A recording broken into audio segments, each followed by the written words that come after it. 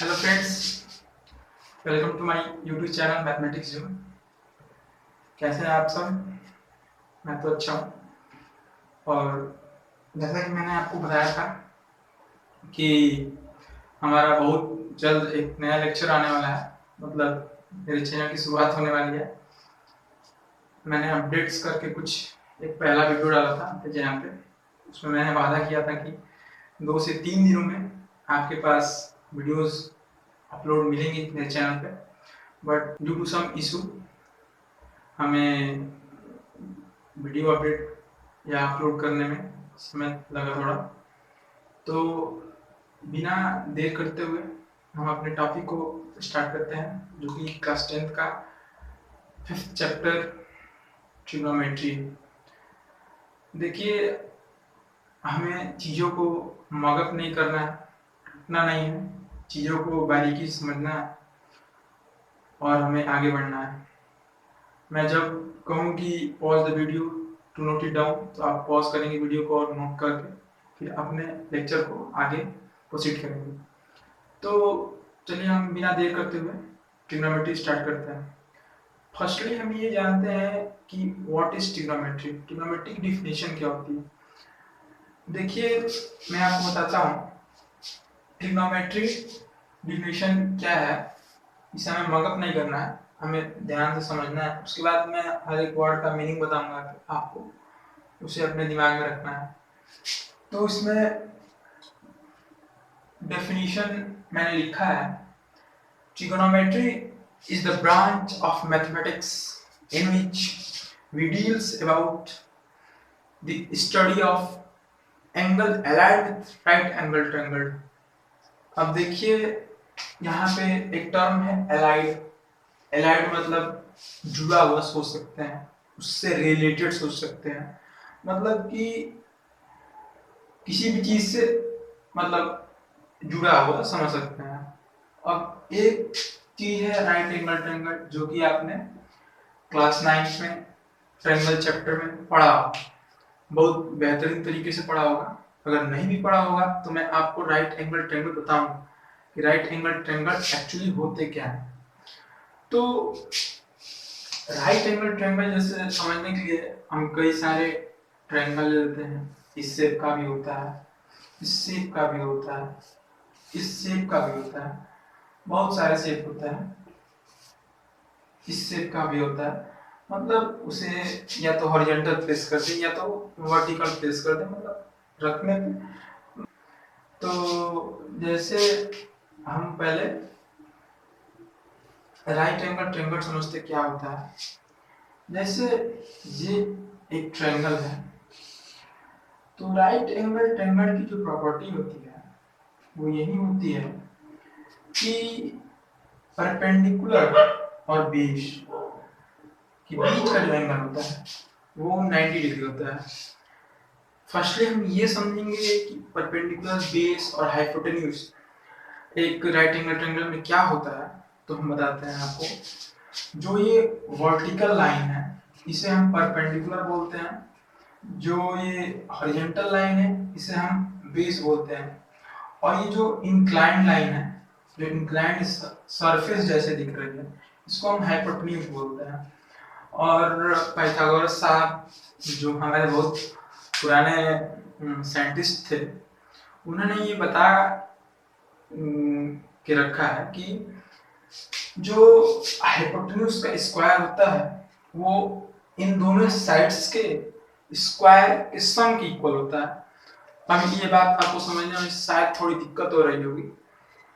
तो हमारा जब लेक्चर आएगा ट्रायंगल का, उसमें हम लास्ट एक्सरसाइज में ये पढ़ेंगे कि राइट एंगल ट्रायंगल बढ़िया से पढ़ेंगे कि होता क्या है, पाइथागोरस थ्योरम क्या होती है, एकदम बढ़िया से ब्रीफली अच्छे से पढ़ेंगे। तो हम अभी जनरली आपको थोड़ा सा एक छोटा सा आइडिया दे देते हैं ताकि आपको ट्रिग्नोमेट्री की डेफिनेशन समझने में आसानी हो। तो परपेंडिकुलर आप वर्टिकल लाइन को बोलेंगे, बेस आप हॉरिजॉन्टल लाइन को बोलेंगे, हाइपोटेन्यूज आप इंक्लाइंड प्लेन या इंक्लाइंड लाइन को बोलेंगे।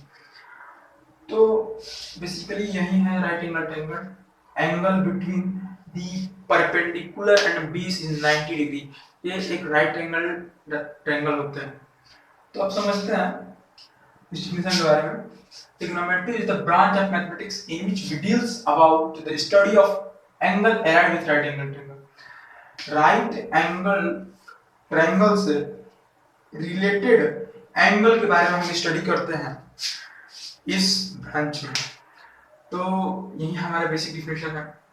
Pause the video to note it down. उसके बाद हम अपने अगले टॉपिक पे चलते हैं जो कि है हमारा trigonometric ratios of acute angle. तो आइए हम समझते हैं कि ट्रिग्नोमेट्रिक रेशियोज क्या होते हैं। देखिए, ट्रिग्नोमेट्रिक रेशियोज को समझने के लिए हमने आपको राइट एंगल ट्रायंगल का डिफिनेशन बताया, जो कि हमारे मतलब इतना जितना मैंने बताया वो आपके लिए सफिशिएंट है इस चैप्टर के लिए, राइट एंगल ट्रायंगल के बारे में। तो ट्रिग्नोमेट्रिक रेशियोज एक्चुअली होता क्या है, तो फर्स्ट हम पहले हम कंसिडर करेंगे कि एक राइट एंगल ट्रायंगल एबीसी है। तो हम यहाँ पे वर्ड्स में लिखते हैं। आप पहले लिखने में जल्दीबाजी मत लगिए, पहले आप वीडियो को ध्यान से देखिए और उसके बाद आप नोट करिएगा। मैं नोट करने के लिए जब बोलूँ तो आप नोट करिए। तो लेट कंसिडर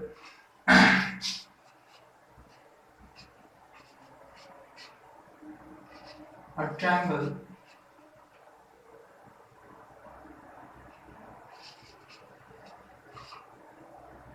ABC। देखिए, हम कंसीडर करते हैं एक ट्रायंगल एबीसी। जो ट्रायंगल है वो राइट एंगल ट्रायंगल होगा, क्योंकि हम ट्रिग्नोमेट्री में राइट एंगल ट्रायंगल से रिलेटेड चीजें पढ़ते हैं, तो हम राइट एंगल ट्रायंगल ही लेंगे। तो ये 90 डिग्री होगा। और अब देखिए, डिनोट करने का तरीका बताता हूँ। डिनोट करने का तरीका जो है इसमें वो ये है कि जो ए बी है इसको मैं परपेंडिकुलर तो बोलता ही हूँ, इसको मैं बेस तो बोलता ही हूँ, और इसको हाइपोटेन्यूज बोलते हैं। तो जनरली, हमेशा नहीं, जनरली हम परपेंडिकुलर को पी से रिप्रेजेंट करते हैं, बेस को हम बी से रिप्रेजेंट करते हैं, हाइपोटेन्यूज को हम एच से रिप्रेजेंट करते हैं। हम यहाँ पे कंसिडरेशन कुछ भी कर सकते हैं, जैसे कि आप P की जगह पे x ले लीजिए, B की जगह y ले लीजिए, H की जगह z ले लीजिए, चाहे इसको x y z कुछ भी आप अपने हिसाब से इसको मान सकते हैं। कोई एक फिक्स डिनोट करने का तरीका नहीं है, बट जनरली हम P B H से डिनोट करते हैं। मैं ये बात आपको इसलिए बता रहा हूँ कि एक्चुअली पहले पहले जो शुरू में फ्रेंड्स चाहे जो दोस्त हैं वो थोड़ी दिक्कत महसूस करेंगे फार्मूलाज को याद करने के लिए, चाहे ट्रिग्नोमेट्रिक रेशियोज को याद करने के लिए मैं जो अभी बताने जा रहा हूँ, तो उसे हम एक ट्रिक के रूप में आपको बताया जाएगा कि जैसे आप जल्दी याद कर लें या आप जल्दी उसे अपने दिमाग में फिट कर सकें। तो मैं आपको बता रहा हूँ कि ट्रिग्नोमेट्रिक रेशियोज वर्ड मतलब कि राइट एंगल ट्रायंगल के साइड्स के बीच का रेशियोज देखिए आप, रेशियोज यहाँ पे हम आपको 6 टाइप के रेशियोज दिखाते हैं इसमें, इस पूरे राइट एंगल ट्रायंगल में। जैसे फर्स्टली हम देख लेते हैं P/H। P यहाँ परपेंडिकुलर है, H हाइपोटेन्यूज है। दूसरा हम अगर देखने को कहें तो P/B, फर्स्ट सेकेंड P/B। अभी इसे आप नोट ना करिए, अभी पहले ध्यान से पढ़िए। P/B मतलब परपेंडिकुलर बाई बेस, ये सेकेंड रेशियो है। थर्ड रेशियो आप देख सकते हैं B/P, B बेस है, P परपेंडिकुलर है। थर्ड आप देख सकते हैं H/P,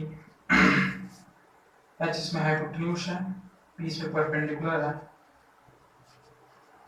ये चौथा हो गया। पांचवा अगर मैं आपको बताने जाऊं तो बी बाई पी।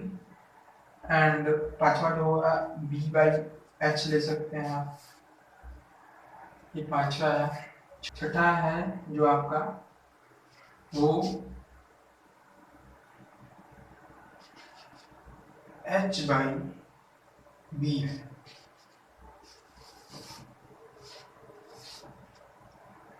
देखिए तो करेक्ट है ना, P by H, B by P by B by P, H by P, B by H, H by B. आपको मैंने डिनोट करने का तरीका भी बता दिया, पी बी एच क्या है, इसमें रिप्रेजेंट क्या कर रहा है।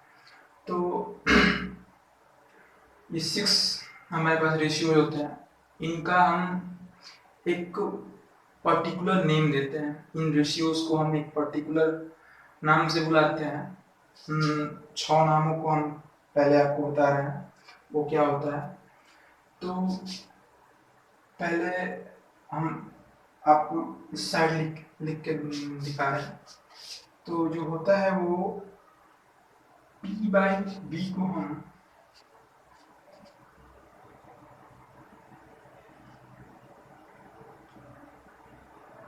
टेंजेंट बोलते हैं,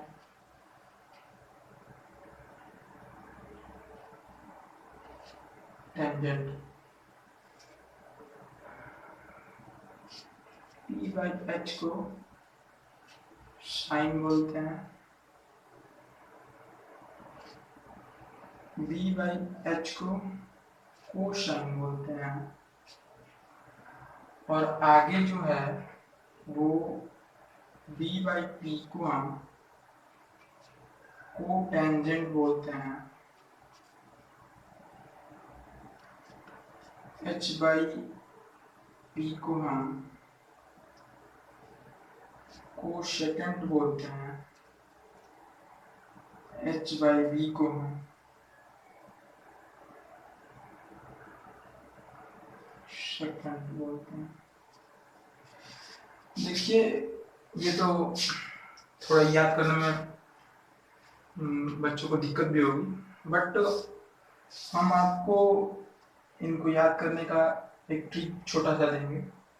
और इन्हें मैं एक्चुअली लोग इन्हें शॉर्ट फॉर्म में ही पढ़ते हैं, क्योंकि इसके अभी आगे आपको इसके साथ एंगल भी ऐड करना होगा आगे, तो हम जनरली इसे शॉर्ट फॉर्म में कर देते हैं। तो पहले आपको मैं शॉर्ट फॉर्म बता देता हूँ। शॉर्ट फॉर्म क्या होगा, टेंजेंट को हम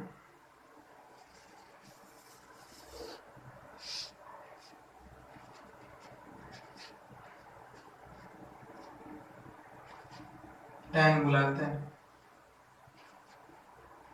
साइन को हम एस-आई-एन साइन लिखते हैं, कोसाइन को हम कॉस लिखते हैं। आगे जो 3 वैल्यू है वो क्या है, कोटेंजेंट को हम कॉट बोलते हैं, सेकंड को हम सेक बोलते हैं, कोसेकेंड को हम कोसाइन बोलते हैं। तो ये तो शॉर्ट फॉर्म है। अब मैं आपको इनका एक समरी दे दूं, इसके साथ एंगल लगा के आपको दिखा दूं कि एक्चुअल ये कैसे होते हैं। तो मैं इसे इरेज करने वाला हूँ।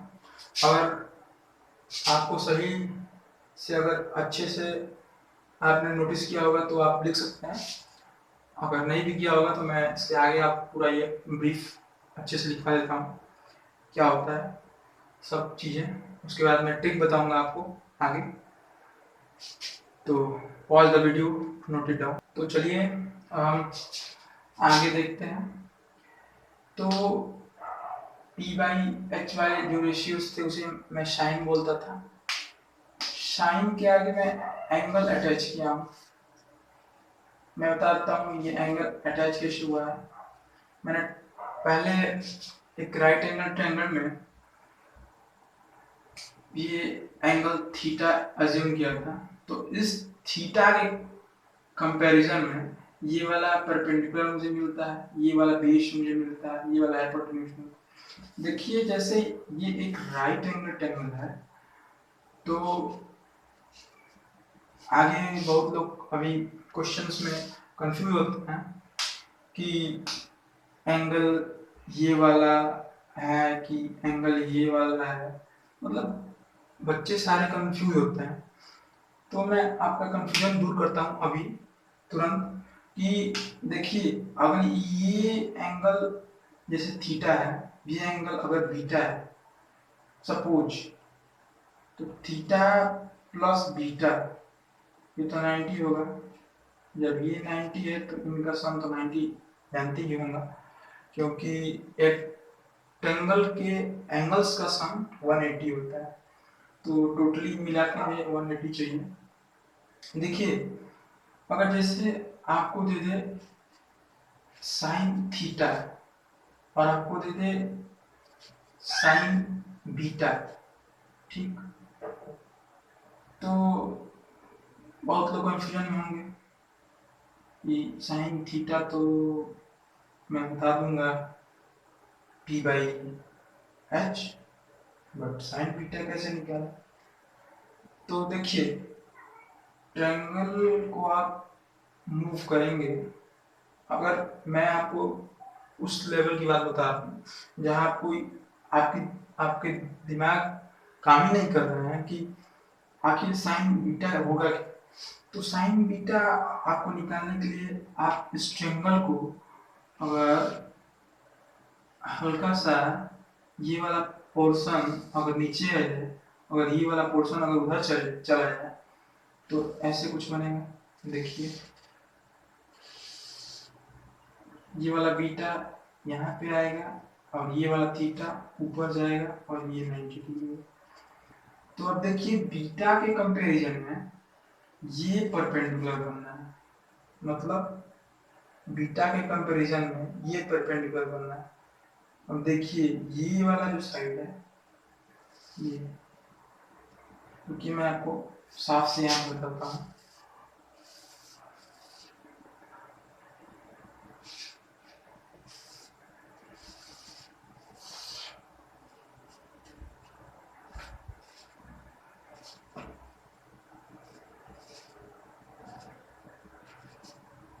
तो इसके कंपैरिजन में ये परपेंडिकुलर, इसके कंपैरिजन में ये परपेंडिकुलर। ध्यान से देखिएगा ये जो नीचे वाला है बीटा के कंपैरिजन में परपेंडिकुलर होगा। देखिए मैं आपको एक बात बता देता हूँ कि ये रेशियोज कभी भी इसके इक्वल ही होंगे और कुछ हो ही नहीं सकती है। आप अगर ये सोचते हैं कि साइन बीटा का मतलब मैंने ये बता दिया उल्टा हो गया ये रेशियो, तो ये गलत बात है। ये परपेंडिकुलर या हाइपोटेन्यूज हो जाएगा। एंगल के कंपैरिजन में हमें देखना है कि कौन सा परपेंडिकुलर है और कौन सा बेस है और कौन सा हाइपोटेन्यूज। चलिए अगर आपको अभी भी समझ नहीं आए तो मैं इस अगले लेक्चर में आपको और ब्रीफली समझाऊंगा। तो पहले हम अपने इस बात पे आते हैं, साइन कॉस टैन कोसाइन से कॉट क्या होता है।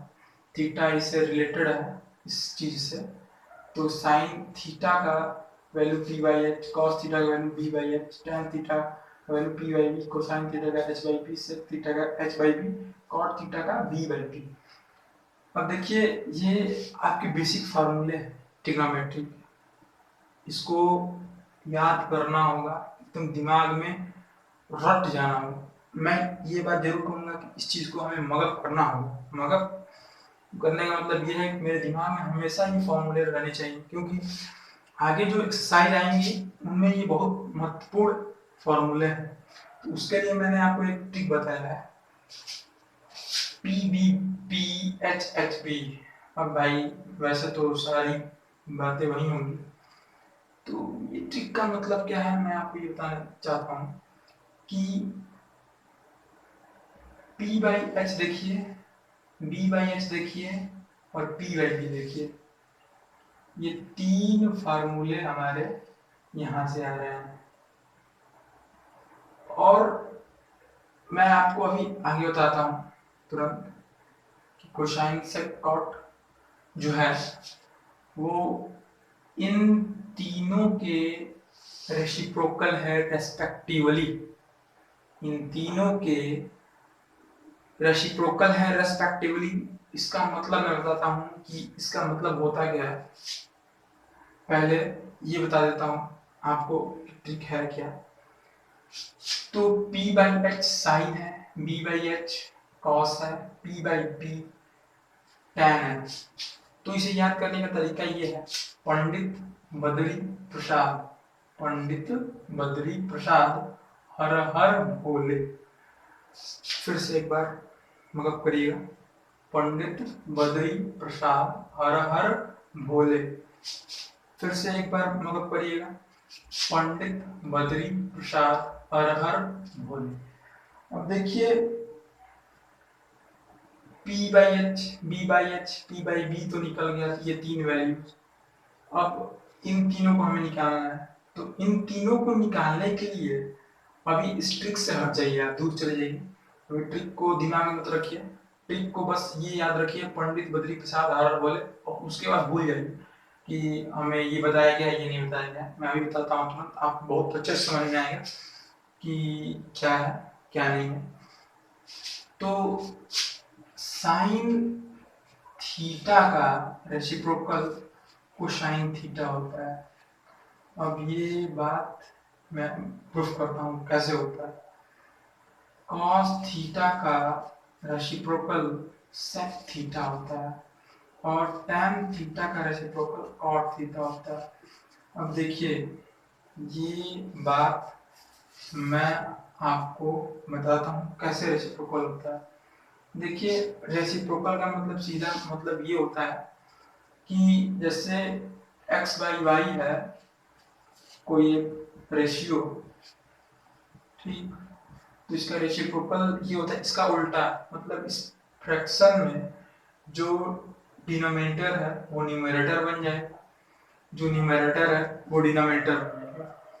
तो रेसिप्रोकल मेरा क्या होगा, y बाई एक्स, ये रेसिप्रोकल का मतलब होता है। तो यहाँ पे आप ध्यान से देखिएगा, sine theta equal to P by H है और cosine theta equal to H by P है। मीन्स P बाई एच यहाँ पे h बाई पी बन गया है। मीन्स जो यहाँ पे x बाई वाई था वहां पे y बाई x बन गया। मतलब कि डिनोमिनेटर न्यूमरेटर में चेंज हो गया और न्यूमरेटर डिनोमिनेटर में चेंज हो गया। तो इसलिए एक दूसरे की रेसिप्रोकल है। cos थीटा में देखिए यहाँ पे b बाई एच है और यहाँ पे h बाई बी है। तो यहाँ पे जो डिनोमिनेटर था वो न्यूमरेटर बन गया और जो न्यूमरेटर था वो डिनोमिनेटर बन गया। मीन्स ये एक दूसरे के रेसिप्रोकल है। और tan थीटा में देखिए p बाई b मतलब परपेंडिकुलर बाई बेस, जो कि cot थीटा में बेस बाई परपेंडिकुलर बन गया। मतलब कि डिनोमिनेटर न्यूमरेटर में चेंज हो गया और न्यूमरेटर डिनोमिनेटर में चेंज हो गया। तो ये एक दूसरे के रेसिप्रोकल है। तो मैंने आपको ये बात बता दिया कि साइन थीटा कोसाइन थीटा का कैसे रेसिप्रोकल है, कॉस थीटा सेक थीटा का कैसे रेसिप्रोकल है और tan थीटा कॉट थीटा का कैसे रेसिप्रोकल है। तो ये बात मैंने आपको बता दिया। अब टिक को हम कंप्लीटली समझते हैं कि टिक है आखिर में है क्या। देखिए मैंने आपको बताया पंडित बद्री प्रसाद हर हर भोले। P बाई एच तो आप साइन को बना रहे हैं, B बाई एच आप कॉस को बना रहे हैं और P बाई B आप tan को बना रहे हैं। अब देखिए अभी मैंने आपको बता दिया cosine is reciprocal of sine theta and sec theta is reciprocal of cos theta and cot theta is reciprocal of tan theta. तो यहाँ पे देखिए एक बार P by H sine theta है तो h बाई पी आपका कोसाइन थीटा हो जाएगा। देखिए इस चीज को याद करने के बाद आपको कभी भी इस फॉर्मूले को रटना भी नहीं होगा। मैंने आप कुछ देर पहले आपको रटने के लिए बोला था, वो भी काम आपको नहीं करना पड़ेगा। मैंने बस वैसे ही कहा कि आप इस फॉर्मूले को इस ट्रिक को जल्दी से याद कर ले। देखिए b बाई एच जो कि cos थीटा है हमारा और इसका रेसिप्रोकल h बाई b जो कि हमारा sec थीटा। देखिए फिर यहाँ पे tan theta equal to p by b और यहाँ पे cot theta equal to b by p, क्योंकि यहाँ पे रेसिप्रोकल कर देंगे तो हो जाएगा। मतलब कि इसको बस याद रखना है कि पंडित बद्री प्रसाद हर हर बोले, ये आपको नॉर्मली याद आ जाएगी। देखिए, क्योंकि कोई भी चीज अगर राइमिंग में हो या एक कहते हैं पिक्चर के फॉर्म में हो, चाहे सॉन्ग के फॉर्म में हो, चाहे एंटरटेनमेंट के फॉर्म में हो, बहुत जल्दी याद होती है लोगों को। ये नेचर है ह्यूमन बीइंग का। तो इस चीज को हम अब यहीं पे रोकते हैं और आपको एक दो और चीज आगे बताते हैं कि वो चीजें क्या है। तो pause the video to note it down. अब हमारा नेक्स्ट टॉपिक है जो वो स्क्वायर ऑफ ट्रिग्नोमेट्री रेशियोज है। देखिए, इसमें बहुत बच्चे कंफ्यूज होते हैं कि स्क्वायर ऑफ ट्रिग्नोमेट्री रेशियोज में कैसे क्या होता है। तो मैं आपको बताना चाहता हूँ, आपके पास 6 ट्रिग्नोमेट्री रेशियोज हैं। दिमाग में हमेशा याद रखना है, उनकी वैल्यूज हमेशा याद रखनी है, क्योंकि वो एक बेसिक कंसेप्ट है, बेसिक फॉर्मूले हैं जो आपको आगे यूज में आएंगे। या फिर वो क्लास 10th हो, क्लास 11th हो, क्लास 12th हो, तीनों क्लास में से कोई भी क्लास हो, वो फॉर्मूले बेसिक हैं, आपको दिमाग में हमेशा रखना है। अगर नहीं भी याद होते हैं तो आप मुझे मेरे कमेंट बॉक्स में कमेंट कीजिए, मैं उसके लिए एक अलग वीडियो बनाऊंगा फार्मूले फॉर ऑल ट्रिग्नोमेट्री। मैं ट्रिग्नोमेट्री के लिए पूरे ट्रिग्नोमेट्री के लिए फार्मूला एक बनाऊंगा लास्ट टॉपिक खत्म होने के बाद। तो वीडियो को लाइक करते रहिए, शेयर करिए और सब्सक्राइब करिए चैनल को। तो हम समझते हैं square of trigonometry ratios. Square of trigonometry ratios में हमें बेसिकली ये समझना होता है कि साइन थीटा का स्क्वायर हम ऐसे लिखें, बट हमें लिखा हुआ तो ऐसे मिलता है। ये क्यों? देखिए, इसके पीछे कोई लॉजिक नहीं है कि ऐसे क्यों लिखा होता है, बट हम आपको बता दें जनरल न्यूमेरिकल मैथमेटिक्स में हमें ये होता है, किसी चीज की जो पावर होती है, चाहे जो भी चीज होती है, वो टोटल के एबव में होती है। तो जैसे 3 है, 3 का स्क्वायर करना चाहे क्यूब करना है तो टोटल के ऊपर में होती है, मतलब स्क्वायर स्क्वायर यहाँ पे है तो जैसे स्क्वायर ऐसे होगी। 3 का अगर क्यूब है तो टोटल के ऊपर हो, मतलब पावर। तो यहाँ पे जनरली स्क्वायर लिखना सही नहीं होगा, मतलब यहाँ पे आप और पावर भी कर सकते हैं, पावर भी हो सकती है टॉपिक में। तो जनरली हमें ये नहीं समझना है कि ऐसे क्यों नहीं होगा, हमें ये समझना है कि ऐसे क्यों होता है। देखिए, मैं आपको जनरली ये बता दूं कि इसकी कोई लॉजिक नहीं है। लॉजिक का मतलब ये कहना चाहता हूँ कि मतलब इसे ऐसा नहीं बताया कि ऐसा क्यों लिखा है, ऐसा क्यों लिखा गया। आप ऐसे भी लिख सकते हैं, कोई जरूरत नहीं है कि आप इसको ऐसे भी लिखें चाहे ऐसे लिखें। मतलब लिखने में, मतलब ट्रिग्नोमेट्री में अब आगे भी पढ़ेंगे, क्लास 11 में जाएंगे, क्लास 12 में जाएंगे, आपको ऐसी ही वैल्यूज मिलेंगी। तो मतलब स्क्वायर जैसे है चाहे क्यूब है तो साइन के बाद तुरंत लगाते हैं, ऐसे टोटल का नहीं करते हैं पावर में। तो हम ऐसे लिखेंगे, वो चाहे कोई भी ट्रिग्नोमेट्री रेशियो हो, चाहे कॉस हो, कॉस का थीटा का स्क्वायर तो जनरली हम ऐसे लिखेंगे, बट लिखते कैसे हैं ट्रिग्नोमेट्री में, कॉस स्क्वायर थीटा। जैसे अब सेक हो गया, सेक थीटा का स्क्वायर तो हम ऐसे लिखेंगे, बट लिखते कैसे हैं, सेक स्क्वायर थीटा। तो मतलब मैं आपको जनरली अभी बता देता हूँ फॉर्मूले, मतलब स्क्वायर फॉर्म में लिख के बताता हूँ, और आप अगर आगे पावर बढ़ा के 3 4 करके आप प्रैक्टिस कर सकते हैं कि हम लिखेंगे कैसे। तो हम पावर के फॉर्म में 2 लेते हैं और मैं सारे ट्रिग्नोमेट्री रेशियोज को लेके और लिख के यहाँ पे छोड़ देता हूँ, उसके बाद आप आगे प्रैक्टिस करिए। तो साइन स्क्वायर थीटा ऐसे हम लिखेंगे, कॉस स्क्वायर थीटा ऐसे लिखेंगे, tan स्क्वायर थीटा ऐसे लिखेंगे। फिर इसका रेसिप्रोकल आप जानते हैं कोसाइन होता है, कोसाइन स्क्वायर थीटा। फिर इसका रेसिप्रोकल सेक होता है, सेक स्क्वायर थीटा, tan का रेसिप्रोकल कॉट होता है, कॉट स्क्वायर थीटा। तो हम ऐसे लिखेंगे। देखिए अब इस चीज को आप अच्छे से नोट करिए। उसके बाद मैं आपको कुछ एक दो थ्योरम्स बताता हूँ। थ्योरम्स में आपको जनरली प्रूफ्स मिलेंगे, प्रूफ्स हम प्रूफ करना होगा उस चीज़ को, तो मैं बताता हूँ उसे।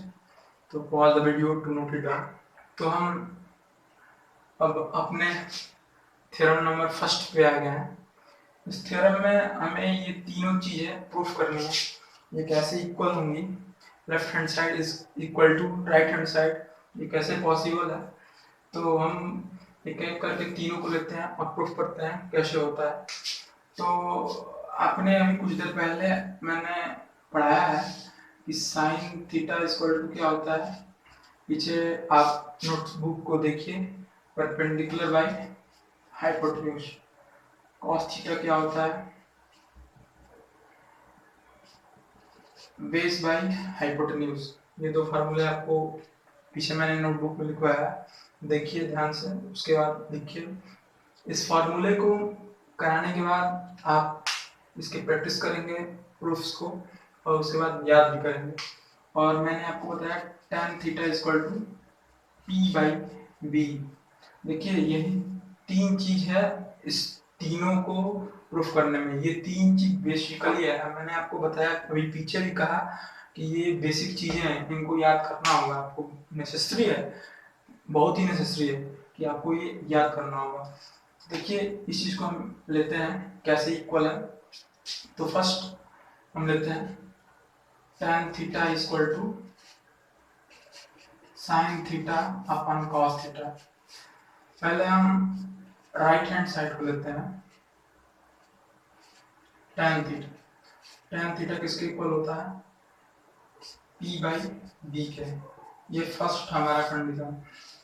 अब हम लेफ्ट हैंड साइड को प्रोसीड करते हैं। अगर लेफ्ट हैंड साइड इस चीज के इक्वल आ गए तो इसका मतलब कि हमारा ये जो इक्वेशन, मतलब ये जो हमारा इक्वेशन है एक तरह का, वो ट्रू है।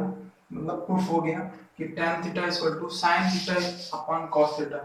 तो एलएचएस में हम sine theta upon cos theta ले आए।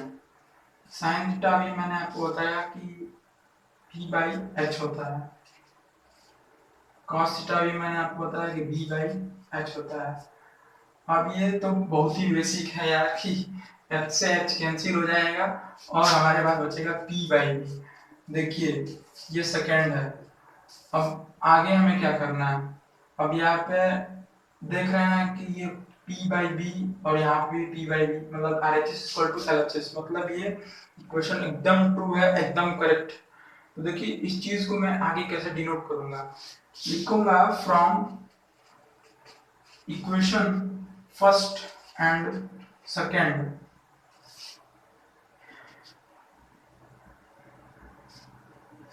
tan theta equal to sine theta by cos theta. देखिए ये फर्स्ट प्रूफ है जो कि बहुत ही इजी है। जैसे जैसे आप आगे बढ़ेंगे वैसे वैसे आपको इजी लगेगा। तो ये आपको फर्स्ट प्रूफ मैंने दे दिया और सेकेंड प्रूफ मैंने यहाँ करना है। तो मैं आपको बता दूं कि कॉट थीटा आपने देखा होगा, पीछे आपने निकाला फॉर्मूला तो वहाँ देखा होगा कि क्या होता है, b बाई p होती है इसके फॉर्मूले। और आपको ये दोनों फार्मूले, सेकेंड डेरिवेशन के लिए ये तीन फार्मूले बहुत जरूरी है। देखिए वैसे ही सेम सिमिलरली हम करेंगे। देखिए यहाँ पे cot थीटा इक्वल टू क्या है, cos थीटा अपन साइन थीटा। देखिए हमें इसे प्रूफ करना होगा। तो इसे प्रूफ करने के लिए मैं पहले RHS लेता हूँ। RHS में cot थीटा किसके इक्वल होता है, b बाई p के इक्वल होता है। अब देखिए फिर मैं LHS लूंगा। LHS को प्रोसीड करने के बाद, आगे प्रोसीड करने के बाद अगर वो b बाई p के इक्वल आता है, इसका मतलब कि ये इक्वेशन एकदम करेक्ट है, एकदम सही है। तो मैं LHS लेता हूँ। LHS में cos theta upon sine theta. अभी मैंने आपको फार्मूला ऊपर लिखा हुआ दिखाया है कि cos थीटा इक्वल टू होता है V/H और साइन थीटा इक्वल टू होता है H/P। तो सॉरी P/H। तो यहाँ से H कैंसिल और यहाँ बचा V/P। V/P देखिए, इक्वेशन ये फर्स्ट है और इक्वेशन सेकंड है। देखिए इक्वेशन फर्स्ट एंड सेकंड से आप इजीली देख रहे होंगे कि ये दोनों इक्वल है। अगर RHS LHS की इक्वल है मीन्स ये इक्वेशन एकदम करेक्ट है। तो हम आगे प्रोसीड ऐसे सिमिलरली करके लिखेंगे, जैसे आप, मैं इस चीज को नहीं लिखूंगा, आप इस चीज को आगे प्रोसीड करिए। आप लिखिए from equation first and second, उसके बाद ये चीज लिखिए कि cot theta equal to cos theta upon sin theta. ये दो हो गए हमारे पास फॉर्मूले। अब मैं तीसरे को प्रूफ करने जा रहा हूँ। देखिए तीसरे फार्मूले को प्रूफ करने में हमें दो फार्मूले नीड होंगे, एक tan थीटा का फार्मूला और एक cot थीटा का formula. tan theta equal to आपका मैंने बताया है कि P/B होता है और उसका रेसिप्रोकल cot थीटा होता है। तो cot थीटा हो जाएगा B/P।